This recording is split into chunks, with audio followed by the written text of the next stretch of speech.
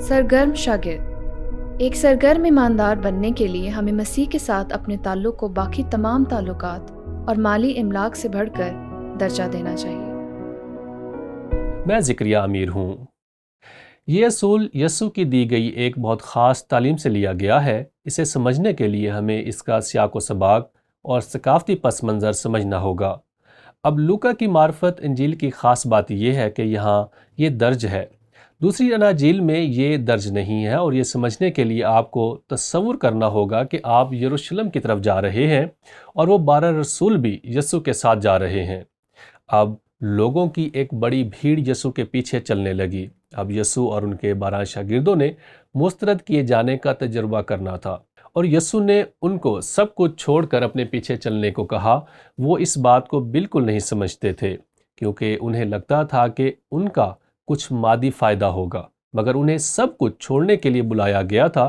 اب 25ویں آیت میں دیکھیں یسوع کیا کہتا ہے۔ جب بہت سے لوگ اس کے ساتھ جا رہے تھے تو اس نے پھر کر ان سے کہا، اگر کوئی میرے پاس آئے اور اپنے باپ اور ماں اور بیوی اور بچوں اور بھائیوں اور بہنوں بلکہ اپنی جان سے بھی دشمنی نہ کرے تو میرا شاگرد نہیں ہو سکتا۔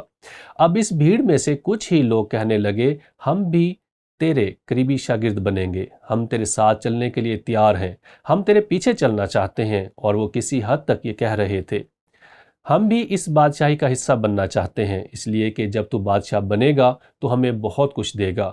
ہمیں یعقوب اور یوحنا نے بتایا کہ وہ شاید تیرے دائیں اور بائیں بیٹھیں، ہم بھی ایسا چاہتے ہیں۔ پطرس نے شاید کہا ہو، ہمیں اس سے ضرور کچھ ملے گا کیونکہ ہم نے اپنا سب کچھ چھوڑا ہے۔ اور یسوع نے کہا، ہمارے لیے کچھ خاص ہے۔ متی نے کہا، ہوگا شاید مجھے کوئی اعلیٰ درجہ ملے کیونکہ میں پیسے کا حساب کتاب اچھا کر لیتا ہوں۔ یہ لوگ ابھی بھی جسمانی سوچ رکھتے تھے، اس لیے لوگ بھی کہہ رہے تھے، ہم اس گروہ میں شامل ہونا چاہتے ہیں۔ اب یسوع نے بہت سخت انداز سے بات کی اور یہ کہا جو آیت 27 میں لکھا ہے، جو کوئی اپنی صلیب اٹھا کر میرے پیچھے نہ آئے وہ میرا شاگرد نہیں ہو سکتا۔ اب آئیے اس کی بڑی تصویر پر نظر ڈالتے ہیں۔ بائبل مقدس کے مکمل واقعے کو دیکھنا بہت ضروری ہے۔ اب یسوع یہاں کیا تعلیم دے رہا تھا، میں آپ کو کچھ بتانا چاہتا ہوں، اس سے یہ مزید واضح ہو جائے گا کہ یسوع آخر کیا کہہ رہا ہے۔ اب ہم اسے کیسے سمجھتے ہیں؟ مثال کے طور پر یسوع نے کہا، خداوند اپنے خدا سے اپنے سارے دل سے محبت رکھ اور اپنے پڑوسی سے اپنی مانند محبت رکھ۔ اب ہم اس کا موازنہ اس سے کریں جو یسوع نے پہلے کہا۔ جب اس نے لفظ نفرت کا استعمال کیا تو اس کا مطلب تھا کم محبت کرنا، اس کا تعلق ترجیحات سے ہے۔ یسوع یہاں کہہ رہا ہے کہ ہمیں خدا سے اپنے سارے دل سے محبت رکھنی ہے اور اپنے پڑوسی سے اپنی مانند محبت رکھنی ہے۔ اس کا مطلب تو یہ ہوا کہ ہمیں خود سے بھی محبت رکھنی ہے۔ اب اس کا موازنہ اس سے کریں جب یسوع نے کہا، جب تک کوئی اپنی جان سے دشمنی نہ کرے تو میرا شاگرد نہیں ہو سکتا۔ اب یہاں دلچسپ بات یہ ہے کہ پولس نے شوہروں سے کہا، اپنی بیویوں سے ویسے ہی محبت رکھو جیسے مسیح نے کلیسیا سے محبت رکھی۔ اب یسوع کے ان دونوں بیانات کو آپ اپنی زندگی میں کیسے لاگو کر سکتے ہیں؟ اسے سمجھنے کے لیے میں کہوں گا، ذرا سوچیں، رسولوں کو کس مقصد کے لیے اپنے خاندانوں کو چھوڑنے کے لیے کہا گیا تھا؟ اور پھر ایک اور مثال ہے، یسوع نے ہی کہا، ایک دوسرے سے ویسی محبت رکھو جیسی محبت میں نے تم سے رکھی۔ اب یہ بالکل ویسا نہیں لگ رہا جیسا یسوع نے اس سے پہلے بیان میں کہا۔ اگر ہم میں سے کوئی کلیسیا کا سربراہ بننا چاہے تو سب سے پہلے اسے اپنے گھرانے کو صحیح طور پر سنبھالنا ہوگا۔ جب پولس نے تھسلونیکیوں کے نام خط لکھا تو اس نے ایسے بیان کیا جیسے ایک باپ بچوں کو سمجھاتا اور انہیں تعلیم دیتا ہے۔ یہ بالکل ویسا نہیں لگتا جیسا یسوع کہتا تھا۔ اگر کوئی اپنوں اور خاص کر اپنے گھرانے کی خبرگیری نہ کرے تو ایمان کا منکر اور بے ایمان سے بدتر ہے۔ ہماری ذمہ داری ہے کہ اپنے گھرانے کا خیال رکھیں۔ میں آپ کو یہ بتانا چاہ رہا ہوں کہ جب آپ ایسی آیات دیکھتے ہیں تو آپ کو ضرور دیکھنا چاہیے کہ اس جگہ کیا ہو رہا تھا اور کس کے بارے میں بات ہو رہی ہے۔ اس مخصوص صورتحال کی باریکیوں کو جاننے کی کوشش کیا کریں۔ اگر آپ اس کی تشریح بائبل مقدس کی کہانی کی روشنی میں کریں تو یہاں یسوع کیا تعلیم دے رہا تھا؟ ان باتوں کو کرنے کی ایک وجہ تو یہ تھی کہ لوگ جان لیں یسوع کے پیچھے چلنے کے لیے رسولوں نے کیا بڑی قیمت ادا کی، اور ابھی تک نہیں سمجھے تھے کہ انہیں یسوع کے پیچھے چلنے کے لیے کتنی بڑی قیمت ادا کرنی تھی، وہ قیمت جو وہ ادا کرنے جا رہے تھے جب اس نے ان سے اپنا کام چھوڑنے کو کہا اور ان کا سارا مال اور عقیدت مند شاگرد بننا۔ مجھے لگتا ہے اس وقت بھی وہ اپنے خاندان کا خیال رکھتے ہوں گے، جیسے مثال کے طور پر زبدی اپنے گھرانے کی کفالت کر رہا تھا۔ اس کے معنی یہ تھے کہ کبھی نہ کبھی انہیں اس کی ایک بڑی قیمت ادا کرنی ہوگی، جیسے یعقوب جو یسوع کے ساتھ رہنا چاہتا تھا، وہ سر قلم کیے جانے والے شہیدوں میں سے پہلا تھا۔ اسے ایک قیمت ادا کرنی پڑی۔ پطرس کے بارے میں کہا جاتا ہے کہ اسے الٹی صلیب دی گئی کیونکہ وہ خود کو اس لائق نہیں سمجھتا تھا کہ مسیح کی طرح جان دے۔ ان آدمیوں نے واقعی ایک بہت بڑی قیمت ادا کی۔ زیادہ تر رسولوں کو اپنے ایمان کی وجہ سے جان دینی پڑی۔ تو یسوع بھیڑ سے یہ کہہ رہا تھا، تم نہیں جانتے کہ تم کس چیز کی خواہش کر رہے ہو، اور رسول بھی یہ سب کچھ سن رہے تھے۔ وہ ان سے بھی کہہ رہا تھا، تم نہیں جانتے کہ کس راہ پر چل رہے ہو اور تمہارے ساتھ کیا ہوگا۔ یہ تو آپ جانتے ہیں کہ وہ یسوع کو چھوڑ کر بھاگ گئے اور اس کا انکار کیا۔ وہ ان سب چیزوں سے گزر کر اس مقام پر پہنچے جب وہ اس بات کو سمجھ گئے کہ یسوع مسیح کی کلیسیا کی بنیاد رکھنے اور اسے تعمیر کرنے کے حقیقی معنی کیا ہیں۔ اس نے انہیں پہلے ہی بتا دیا تھا کہ اس کی وجہ سے خاندان میں جدائی پیدا ہو جائے گی۔ اس نے اس بھاری قیمت کا پہلے ہی ذکر کر دیا تھا۔ جب آپ پوری طرح سے اس کو سمجھتے ہیں تب آپ جان جاتے ہیں کہ اس نے لوکا کی معرفت انجیل کے 14ویں باب کی 33ویں آیت میں ایسا کیوں کہا، بس اسی طرح تم میں سے جو کوئی اپنا سب کچھ ترک نہ کرے وہ میرا شاگرد نہیں ہو سکتا۔ یہ ایسا ہی تھا جیسے وہ کہہ رہا ہو، تم ان آدمیوں جیسے نہیں ہو سکتے جنہیں میں نے کلیسیا کی بنیاد رکھنے کے لیے چنا ہے۔ جب آپ آگے بڑھیں گے تو آپ ان حالات و واقعات کو بہتر طور پر سمجھ سکیں گے۔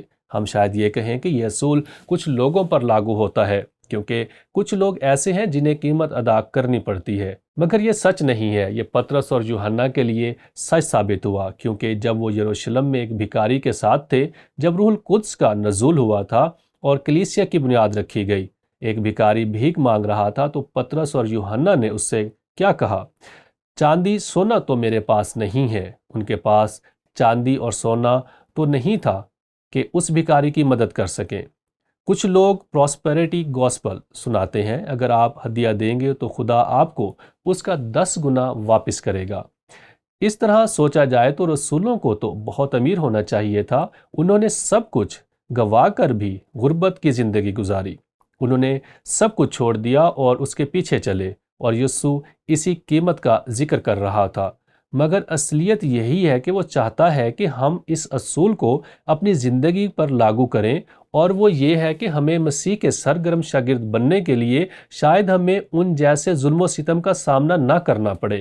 کلام مقدس ہمیں سکھاتا ہے کہ خدا کی مرضی پوری کرنا ضروری ہے، اور میرے خیال سے خدا کو اول درجہ دینا سب سے ضروری ہے۔ خدا سے اپنی زندگی کی ہر چیز سے بڑھ کر محبت کرنی چاہیے، اور جب ہم اسے اول درجہ دیں گے تب ہی ہم اپنی زندگی میں اس کے الہی منصوبے کو پورا ہوتا ہوا دیکھیں گے۔ اس طرح اس تعلیم پر عمل کریں جو یسوع نے ہمیں اس اصول کے ذریعے دی، اور اسی لیے متی رسول کی معرفت انجیل کے 6 باب کی 33ویں آیت بہت اہم ہے، کیونکہ یہ اول درجہ دینے پر بات کرتی ہے۔ بلکہ تم پہلے اس کی بادشاہی اور اس کی راست بازی کی تلاش کرو تو یہ سب چیزیں بھی تم کو مل جائیں گی۔ یہ اصول ہم سب پر لاگو ہوتا ہے۔ میں اس اصول کو پھر سے بتاتا چلوں، ایک سرگرم ایماندار بننے کے لیے ہمیں مسیح کے ساتھ اپنے تعلق کو باقی تمام تعلقات اور مالی املاک سے بڑھ کر پہلا درجہ دینا چاہیے۔ ہمارے پاس ایسی مثالیں موجود ہیں۔ جب فلیمون مسیح پر ایمان لایا، کیونکہ وہ ایک امیر شخص تھا، اس نے اپنے گھر والوں کو نہیں چھوڑا۔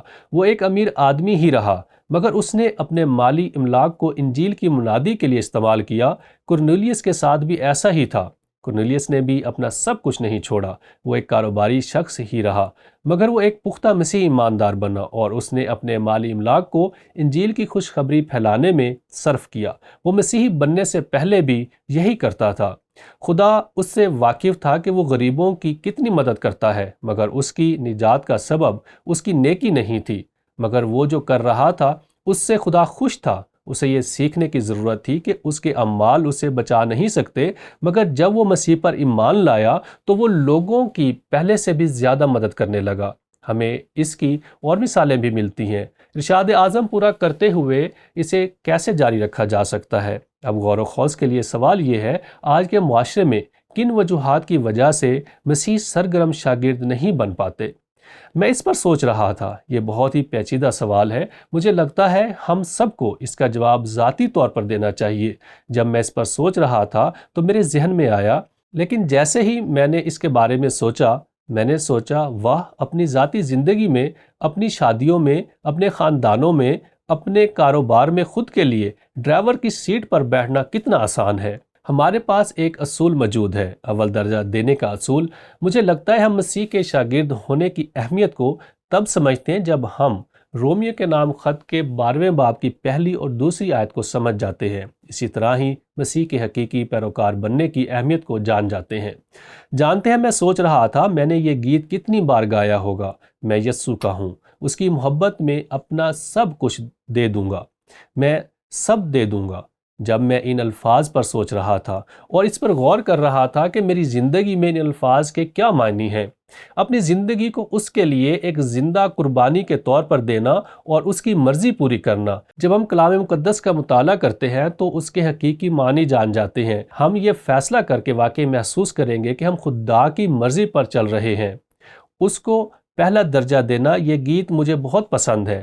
میری زندگی کو اپنے لیے استعمال کر، میرے لمحے اور دن بھی تیری حمد کرتے ہوئے گزرے۔ مجھے لگتا ہے اس گیت میں فرانسس ہیورگال اس کی اہمیت پر نظر ڈال رہا تھا۔ ہم جہاں کہیں بھی ہوں، ہمارے ہاتھ اس کی محبت کے لیے ہی کام کرے۔ میرے پاؤں کو چلنا سکھا تاکہ تیرے کام کروں۔ میری آواز کو لے لے اور اپنی مدح سرائی کے لیے استعمال کر۔ میرے ہونٹوں کا ذمہ لے تاکہ تیری باتیں کروں۔ مجھے لگتا ہے اس اصول کو لاگو کرنا ایسا ہی ہے۔ میرا سونا اور چاندی لے لے، یہ تجھ سے بڑھ کر نہیں۔ اس کا یہ مطلب نہیں کہ ہمیں اپنا سارا سونا اور چاندی خدا کو دینا ہے اور اپنے گھر والوں کی فکر نہیں کرنی۔ اس کا مطلب یہ ہے جو کچھ بھی خدا نے ہمیں دیا ہے اس میں پہلا درجہ خدا کو دے۔ میری سوچوں کو لے اور ہر چیز کو استعمال کر، جیسے بھی تو چاہے ویسے کر۔ اسے اپنا بنا، یہ اب میرے نہیں تیرے ہیں۔ دل لے لے میرا اے یسوع، اس میں تو ہی حکمرانی کر۔ اس میں بہت کچھ کہا گیا ہے نا؟ یسوع ہمارے دل کے تخت پر یسوع حکومت کرے۔ میری محبت تیرے لیے ہے، اے میرے خداوند، اسے میں تیرے قدموں میں رکھتا ہوں۔ مجھے بھی تو لے لے، کیونکہ میں تیرا ہوں اور تیرا ہی رہوں گا۔ کاش یہ ہماری زندگی کی سب سے بڑی حقیقت ہو۔